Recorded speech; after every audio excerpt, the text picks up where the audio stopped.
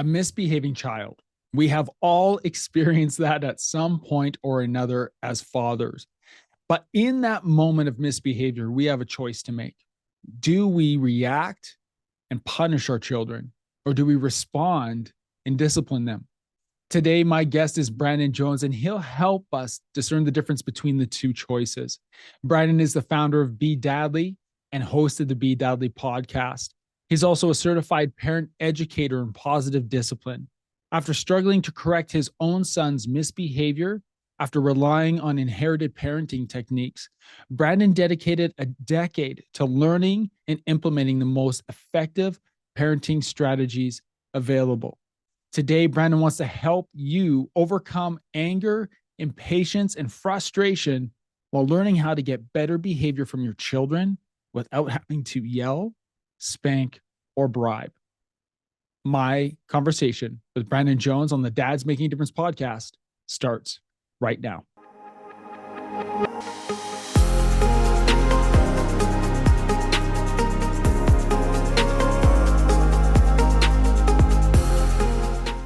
Brandon, welcome to the Dads Making a Difference podcast, brother. I'm glad that you're here. I'm glad we were able to make this happen, and it's great to see you today. Yeah, thanks, Cam. Thanks for having me on. Brandon, I love being able to speak with other dads who happen to also be podcasters because, we're just about to get into this conversation. We're both just going over all these tech things and it's like, okay, it's the headphones, it's the camera, it's the microphone, and being able to connect on a different level. Like, we're dads, we have kids, we're in relationships, we have wives, but we also have these little things that the minutia of our day that tends to steal our attention away. And I appreciate you taking time today away from your family to have this conversation with me and with the guys who are listening. Yeah, it's my pleasure, man. It's a labor of love to do the podcast. Yeah. And so much goes into it. Yeah. And as I said in the intro, Brandon's the host of the Be Dadly podcast, and we'll give you all the show notes and stuff at the end of where to listen to him. But I really appreciate your message. I appreciate your message on how you come to dads with, you talk about so many things, and we'll dive into a couple of topics, but really you're passionate about helping men, fathers, and parents in general, with behavioral issues with their kids, things like punishment versus discipline, with anger and aggression. And we're going to dive into that. But I would love for you to share, Brandon, a little bit about yourself so the guys who are listening to this, can connect with you and know your story. Yeah. So I'm a father of two. I'm based out of Austin, Texas. I started this company because I had a very tough time raising my son when we first got started. He had a lot of behavioral challenges. He had ADHD. He was diagnosed with a conduct disorder. And I was raised in a family with all of the old school traditional parenting tactics. So timeouts, grounding, spankings, a lot of yelling, a lot of shaming. And I tried a lot of those tactics on my son whenever he was younger, and I was not getting great results. And it left me feeling frustrated. It left him feeling defeated. And overall, I just was really dissatisfied with my parenting tools and techniques. And so I decided to realize that it wasn't right for me to assume that my son was going to change his behavior if we were stuck in a habit loop. And so I decided that if anyone's going to change this pattern as his father, it might as well be me, because I can't expect this little guy to change his behavior. So I started learning new parenting techniques and tools. And I started, as I like to say, change the inputs to get new outputs. And as I did, I saw tremendous differences in both how he was responding, but also how I was feeling as a father. And because I had lost so many years of being frustrated, I've decided to help give it back, help other fathers so they don't have to go through the frustration, the heartache, the feeling of hopelessness when their children just aren't changing and they just keep doing the same thing over and over. And so today I'm very honored and privileged to be able to help dads and serve other parents in this way. That's amazing. You talk about your son. At what age did you start to navigate, not your age, but his age? Did you start to navigate these things with the behavior, the ADHD, the ODD? So I got full custody of him when he was 5 years old. And one of the things that kind of was the catalyst for me gaining custody was that he was expelled from kindergarten. Wow. Now, at the time, I had never even met anyone in my life that had ever been expelled from kindergarten. I didn't even Is know it that was a a thing. thing? Yeah. Yeah, I was like, how does one get expelled from kindergarten? It's such a simple thing what you guys are doing, and I don't even think there's a ton of structure or anything. But he just couldn't make it in his class, and his mother lived in a small town. And so he was forced to have to leave. And he came to me. And it was at 5 years old that I recognized just how big of a challenge I had on my hands. He was doing bizarre things and just behaving in really unusual ways. He was doing a lot of attention seeking. There was a lot of erratic behavior, a lot of hyperactivity, those kinds of things. He was acting a lot more immature for his age than his other peers, and it was really about 5 years old whenever we got started. Whenever I started seeing and realizing his challenges. Can you expand on attention seeking behaviors? You just mentioned Mm-hmm. that. And I've heard other parents speak of, well, they're just seeking attention or they're just trying to get attention in that context. But I've also heard professionals in my profession say those are attention seeking behaviors. Yes. In your perspective, can you dive into those and explain those to the guys who are listening? Because already you've piqued the interest of guys who are listening to, oh man, that sounds like my son. Yeah. And so, what does that look like? Attention seeking behavior. So attention seeking behavior can be anything from nagging and interrupting to actually doing the wrong things on purpose. Mm, It can be the kind of thing where it's like, let's say, for example, kids are playing well together, but my son might feel like he's the odd man out. He's going to try to get in between and disrupt their play or disrupt their game in a way that is unhealthy and even causes a negative response from others. The irony with attention seeking behaviors is that it generally repels people, which is the yeah. exact opposite of what the child is longing for. And that's really the heartbreaking part of it, is that this child that needs connection so much does a lot of behaviors that repel people. Mm, interesting.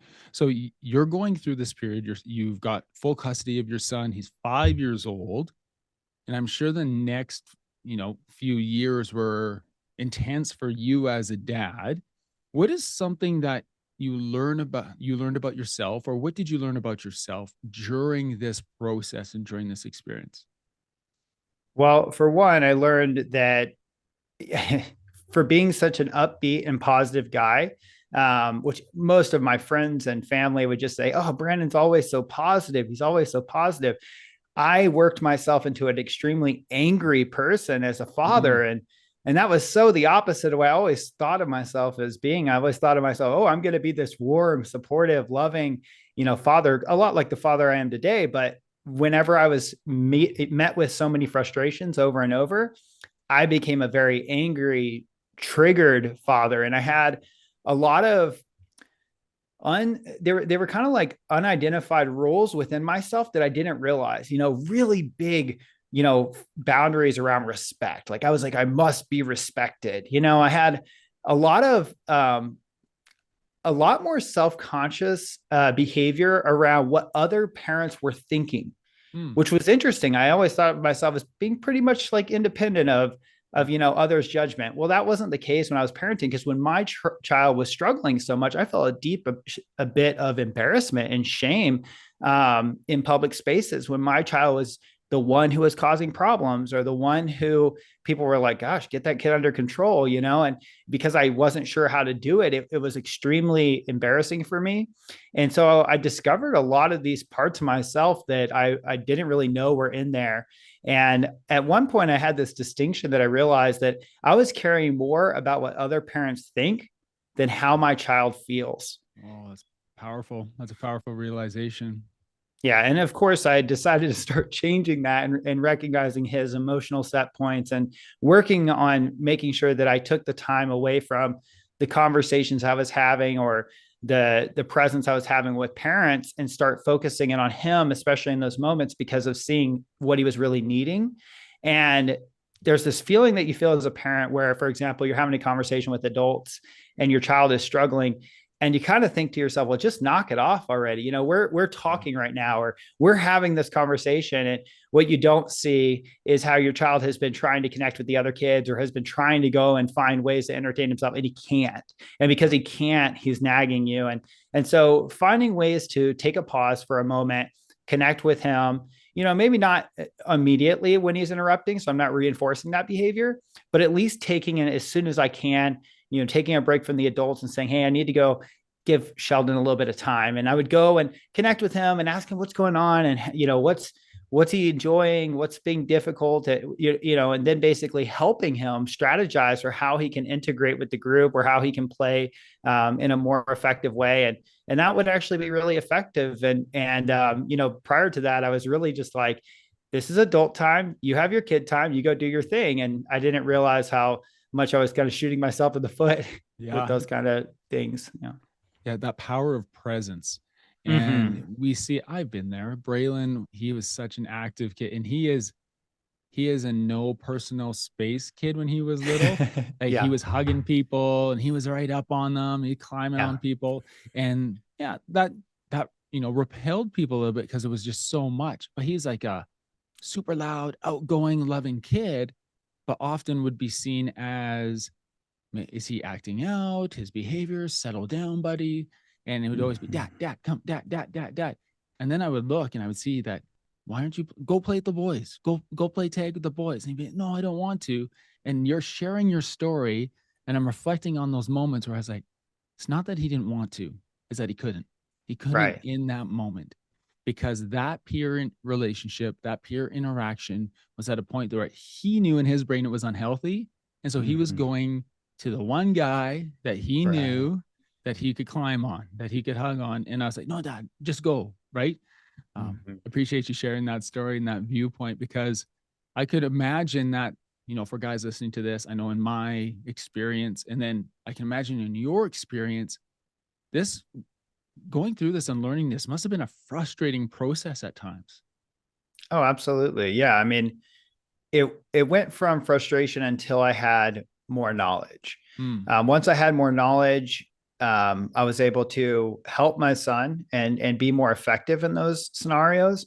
Today, where I'm at is it can be really hard for me to see what's going on with kids and be in a public setting or be at a party and feel the urge to share, but also not feeling the I don't want to say permission, but it's kind of like you don't want to be telling parents how to parent, you yeah. know, but you see how you could help them. And it's really a hard thing for someone like myself, for example, where I see these kid dynamics, I understand them at such a deep level. I know Yeah. exactly what could help, but I also don't feel like it's right for me to be correcting parents in Yeah. spaces. And so there's now this new frustration, which is that, oh, I just wish I could help you so badly because I can see what would help you. And yeah, it's just parents can be a little bit guarded when it comes to their parenting, of course, Yeah. and their children. And so, anyways, it's taken a new form of frustration where it's like I'm bursting at the seams to help, and I got to hold myself back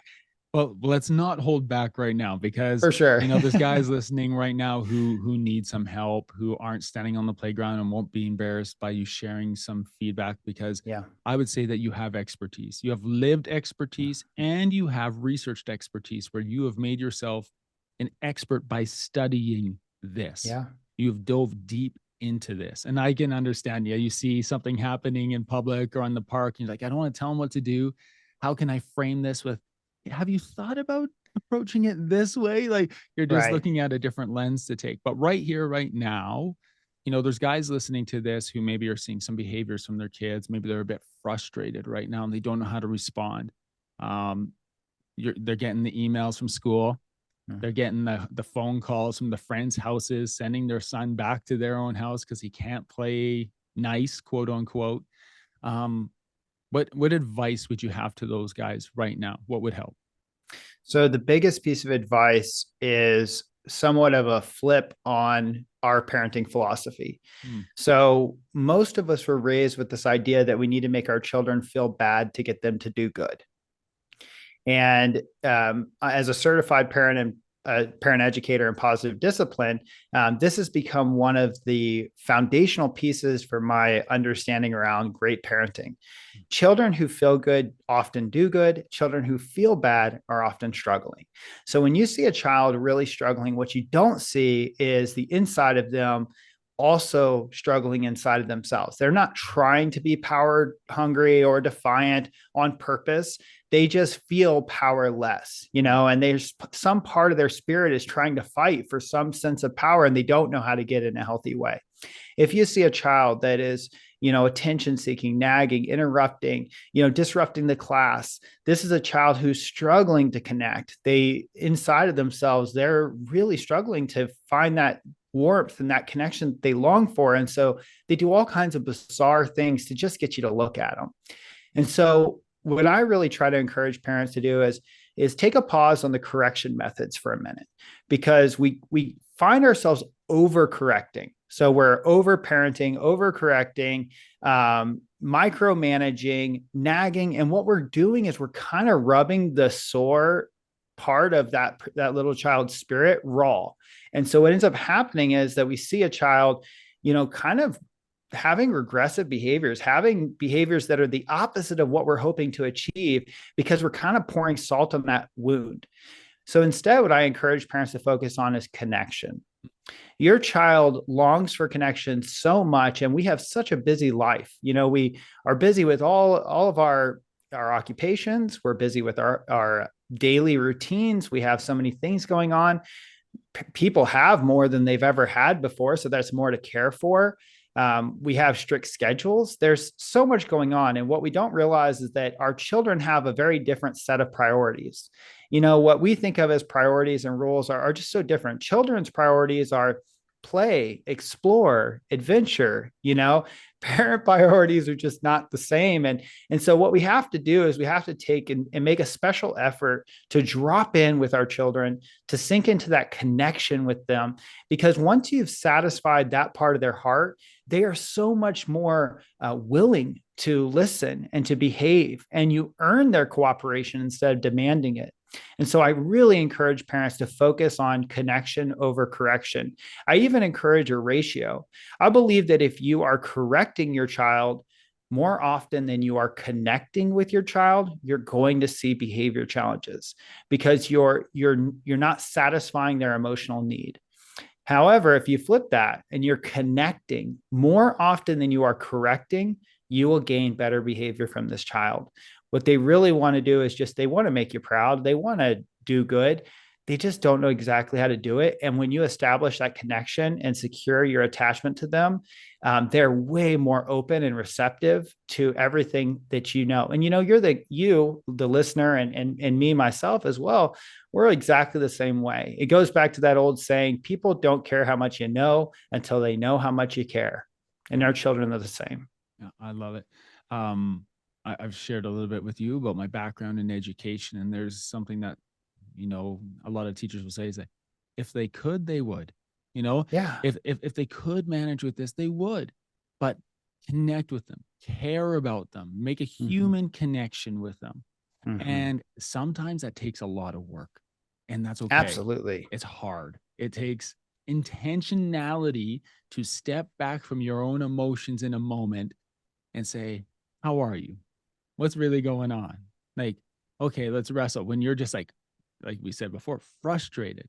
And I know that frustration can lead in certain situations to anger, to impatience, which has this like quick response, just do it because I said so. Hey guys, I wanted to take a moment and talk about our community of DMD brothers in the DMD Mastermind. We are men who help each other to stay focused and intentional in our pursuits of personal, professional, physical, financial, emotional, and spiritual growth. We are a community of men who bring courage, wisdom, and transparency to unfiltered conversations that challenge us to be more impactful men, to be dads making a difference. We do this through our online and in-person events where men come together to speak into each other's lives and then turn around and do the deep work to create change in their families, in their businesses, in the community around them. If you are wondering if this community might be right for you, you can find more information on the DMD Mastermind, and you can also book a call directly with me at dmdmastermind.com. Now, let's get back to our show. I know you're passionate about speaking to men about anger and impatience. When it comes to anger and impatience, what do we need to know to ensure that we are not falling into this trap of this because I said so response? So I always tell parents that one of the reasons that we're angry is because we have no more room in our psyche. We have no more room in our nervous system. And so when we don't have room, the smallest straw can break the camel's back. So the real name of the game with anger and impatience is creating more space. You need to have more space for those little things, those little triggers. And so there's a number of ways that are practical to do this. The first one is more conceptual, which is that things don't need an immediate response. We think so often that we must correct immediately or else the child's not going to get it. And that might work, for example, if we're talking about a puppy learning how to potty train. But a puppy doesn't have a consciousness. They don't understand time and space the way that we do.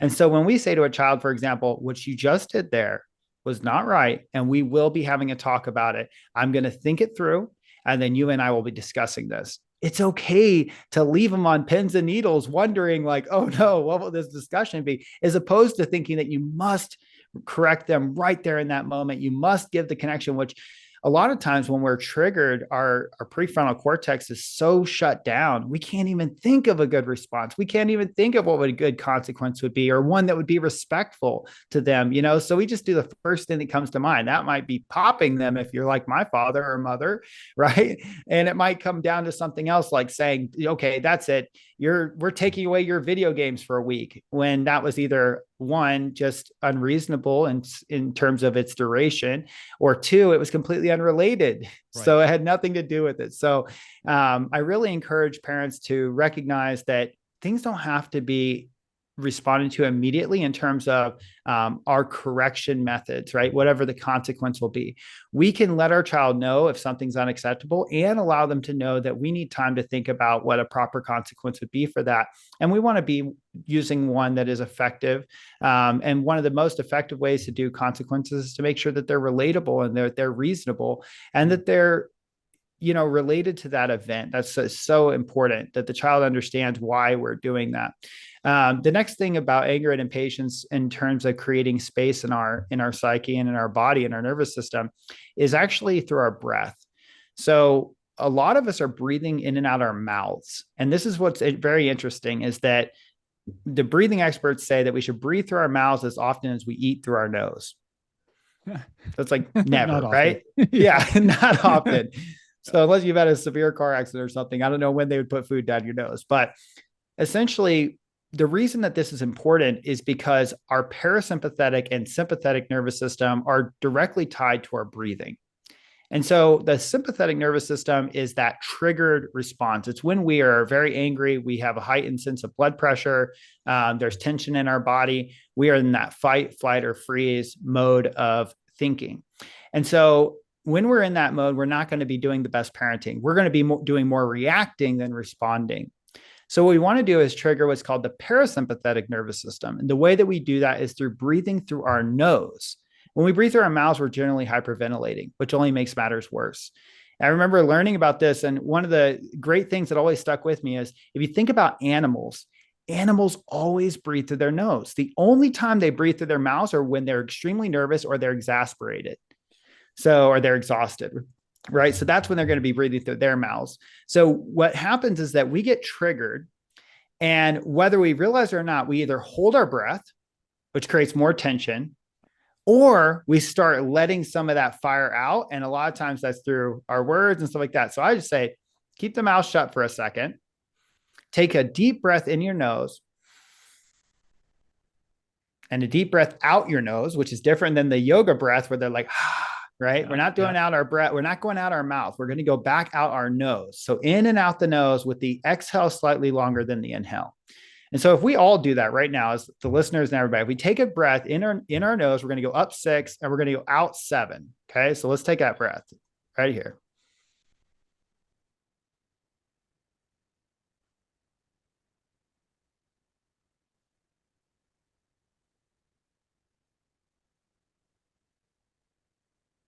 What you should feel if you did that is you should feel a calming sense working over your body. And the reason is that when our sympathetic nervous system is triggered, our breath shortens on the exhale. So if we do the opposite, if we take an extra long exhale, if we blow some of that anger out before letting it out onto our children, we are more likely to respond in a way that we can be proud of. And so I really encourage parents to start connecting this breath with triggers. So the trigger system is this: when, then, right? If you're a programmer, you're going to be like, oh, this is like logic. Yeah, exactly. So this is a when then scenario, or you could even, it's an if then. So when I am triggered, then I will breathe through my nose. When I am tense, then I will breathe through my nose. So now if you're in the car and you're in traffic and you've really got to get somewhere and you feel that anxiousness in your body, practice this breath. The kids are being super rambunctious. You're trying to make dinner and you want them to calm down, which happy to give you a tool for that, by the way. But one of the tools for yourself there is practice this breath in and out the nose. Exhale slightly longer than inhale. If you do these two things, you will create more space for those little moments. You'll have a bit more time so you can respond instead of react. And the last thing I'm going to leave you with is this: creative and reactive, same letters, very different outcomes. I want to encourage you to be as creative as you can when it comes to your parenting. Stay flexible in your approach. You'll find something that works. It's the reactive part that gets us in trouble. So stay creative. Wow. I love that. Thank you for doing that with us. When you started to talk about breath, I found myself standing here focusing on breathing out my nose and not my mouth. And it's a powerful practice. I'm going to find myself doing that multiple times over the next week, I am sure. Yeah, do it every day, man. I encourage everybody because it takes a while to reprogram. But just so you know, I'm even wearing mouth tape on my mouth when I'm sleeping at night. I get the most deep sleep because I didn't realize it, but I become a mouth sleeper as I sleep, and it's incredible the difference that breathing in and out your nose can make. I feel way more relaxed, a lot more calm, and my family has noticed a huge difference ever since I put this into my practice. And it's a big deal. Wow. Amazing. I'm going to look more into that mouth tape. I think that my wife, there's a great company. There's a great company that's had a little playful thing on this. They call it hostage tape. And it's literally just to tape your mouth shut. Yeah. But it really does. I get a better night's sleep. I went on a trip recently and I forgot my tape. And so I noticed such a big difference. I just woke up exhausted every single day. And whenever I use the tape, I wake up feeling refreshed like I never did before. And it's been a big difference maker. So you've implemented these tools, excuse me, these tools or these habits to help from a parent's perspective. What role do habits and tools play in helping parents and children through these scenarios of processing emotion and of processing behavior? Oh, they're everything. You know, it's not the big things you do every now and then. For example, it's not the, oh, I took the kids to the ice cream parlor, on the weekend, for example, but I missed out on every other small moment throughout the week. It's not those big moments that matter. And the same is the truth when it comes to how we raise our children. It's not all the big moments. The big ones are great and they'll create some great memories, but it's actually a lot of the small moments that programmed us. We are often reacting out of our parents' programming. So when we are triggered, this is especially true where we become like our parents. And so if you think about if we can get conscious about the kind of habits, whether it's how we respond to certain, scenarios with our children, how we behave with them when we're stressed, whenever we become better at those habits, we're actually giving our generations that are coming down the line, we're giving them a benefit. We're becoming a fork in the lineage. And I like to tell people, it ran in the family until it ran into me. This is where it stopped, and what I know is that my children are going to raise their children in a much more effective way. And even my mother, my youngest sister, she's so much younger than me that my mother has called me for parenting advice. And so we've actually had coaching sessions together, which has been amazing. And my little sister had failure to launch, so she was still at home at like 22 years old or whatever. And so I helped my sister launch with confidence, helped my mother, bridge some of those gaps that she was missing, and even helped their relationship get stronger. And so I know that our children are so impacted by our habits. And so a lot of the times what we're talking about when we talk about better parenting tools and stuff, we're talking about you breaking a cycle of old habitual behavior. And so habits are essential when it comes to parenting, and using things like implementation intentions, like a win-then plan, is a very effective way to create new habits. Having a small plan for how you'll respond when those moments occur and knowing what you're going to say will help you get out of the reactive space and into a space where you can feel more proud of how you respond. That's so good. And what I'm hearing you say when you shared the example of your sister and your mom, but what I'm hearing you say is that there's no time that's too late. So if you're Mm, listening to this and it doesn't matter what age or stage your children are at, you might be listening to this right now and you're like, well, my kid's 13, they're not 5. Or they're 18, 22, they're not 5. Well, I hear yeah. you saying that it doesn't matter, that these are habits you can implement and start to introduce and almost, I don't want to use the word reprogram, but almost reprogram yourself and your practices to, you know, make yourself in make yourself a better parent in that space, feel more comfortable. And Yeah. Well, so much of this stuff is out. So, for example, the principle of seek first to understand and then to be understood. This works phenomenal on children. If we say, "Hey, what's going on here? Tell me about what you're struggling with," and we go in and we really try to understand, our children are so much more likely to understand us, right? That they will understand us when we understand them, and so that's just a relationship piece. And then with my mother, for example, with my younger sister, what we're talking about when we talk about children who have failure to launch or children who are struggling is where we see that they're struggling with certain character traits. So they're missing a certain skill or character trait. And so the reason that this works regardless of the age is because one of my parenting things is that we're going to reframe our challenges. Our challenges are opportunities to build character. I like that. So for example, let's say that I asked you, "Hey, tell me some of the challenges." Well, parents will tell me things like, "Oh, my child's so irresponsible. They have no empathy. They're so disorganized, or their cleanliness is off, and et cetera." So they'll give me these list of challenges. And then I'll say, "Well, give me a list of character traits and skills that your child would need to thrive as an adult." So they go down this list, and the list sounds something like they need to be responsible. They need to, have grit and determination. They need to be able to empathize and understand others. And so when we map these two lists, the challenges and the characteristics, they almost always map with each other. And so what we see when we see challenges are actually opportunities to build a character trait.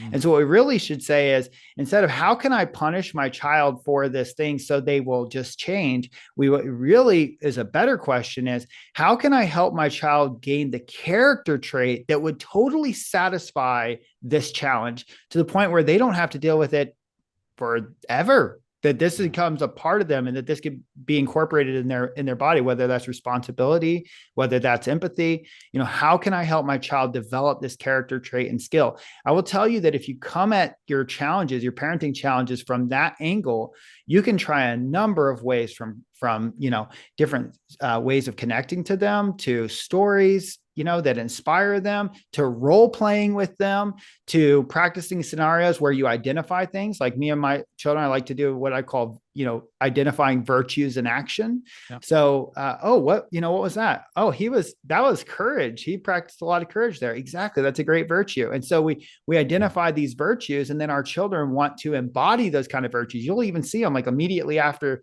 we identify certain virtues, they'll go and try to display those to me. to really show me that they have that in them. And so what we're really trying to do is help our children have more character and have more skills. And when they do, they have more confidence. And when we see them have more confidence in their character and their skills, we can rest assured that they're going to be successful in life. And I think that's a great place to get to as a parent, where you go, I know my child is going to be successful, not because of their grades or because of that kind of thing, but because of the kind of character traits they have, the kind of skills they have, and the kind of, confidence that they're displaying. Those are the things that are really a great marker for success. And my children is displaying those. And so I feel a lot more confident that I'm raising successful children. I love it. There's a lot of, we talk about growth often on this podcast, but there's a lot of personal growth in this process that you've outlined today. And you've shared so much value, so many tools. If you're listening to this and you haven't written them down, you're going to re-listen to it. I know you are, and you're going to start implementing these practices. I have a question for you, Brandon, because you are an expert in this, but I'm sure as in your life, you still have your pitfalls, your ups and downs, and things that you're going through. As a dad right now, what is an area of growth, an area of development that you're diving into right now that you're excited about? Yeah, no, that's a great question. I think one that's been on my heart and mind lately that I've been working on is consistency. Mm. I have I'm one of these people who get really excited about things. So I have an incredible amount of passion for something as it gets started. Yeah. And then the smallest little thing, from, like, say, for example, spring break, I'll have this great schedule and everything will be going. I'll be waking up early and working out. And then the kids go on spring break and we all take a little vacation. And then all of a sudden it is so hard to get back into my rhythm. I'm with you. And, and so I'm just like, and I value my personal development so much. So I really invest a lot of time. I always have like 2 to 3 books going, and I'm also audibling stuff. And, I'm trying out different exercise routines, and I'm just constantly trying to optimize my life. And so having consistency on the basics, the fundamentals, has been something that has been a challenge, but it's one that I welcome, because I also know that the character trait, right, of being consistent and having this kind of reliability within myself is something that I'm developing as a character. I love that you're vulnerable and you're open in sharing that. A lot of guys wouldn't be, and I'm right with you. We just came out of spring break, and I was hitting the gym before. I was like 4:30 wake up, gym at 5, Exactly. and Same now it's thing. like out of bed at 6, Right. like type thing. And Oh, it's the like, time change, oh that threw me for a loop. So yeah, like, I like getting up at 4:45 is my like sweet spot. yeah, And so I get up at 4:45, I get out of the door at 5, and I'm at the gym around 5:15, 5:20. And I love to get out of there around 6:15 and get to my house for 6:30 and start getting the kids up. yeah. And the time change when the hour went forward, oh Oh, man, it made it such a grind. yeah. And then the kids are on, the spring break is, it just constantly, there's all these little things. Life likes to throw us curveballs. And so it's part of just finding a way to really bounce back from those things as quickly as possible is something that I've been working on. And yeah, of course, man, I don't mind being vulnerable about it. I'm so passionate about personal development that I'm absolutely an open book. I've learned to just embrace my vulnerabilities, because I work on them far more effectively than if I try to hide them. Yeah, agreed. Man, I've really appreciated this conversation, Brandon. Man, this is one of my favorites. It's so valuable. You shared so much insight, and thank you for sharing your passion and expertise with us. If there's guys listening to this right now and they want to connect with you, listen to you, read more about you, where can they do that? Yeah. So you can check out www.bdadley.com. You can book a consultation there. You'll talk to me directly. Our first consultation is absolutely free. I can drop some more wisdom bombs in there that are direct to your specific situation. And then also we have a podcast, the B Dadley podcast. We're in episode 4. And those are 2 great places to connect with me. I'm also on the socials at B Dadley Official. So you can find me there as well. There's a lot of tips on my Instagram page. So hopefully there's something in there that will help you and your family out. Amazing. Brandon, thank you so much for taking time away from your family to spend with us today. And I look forward to staying connected with you in the future. My pleasure, man. Thanks for having me on.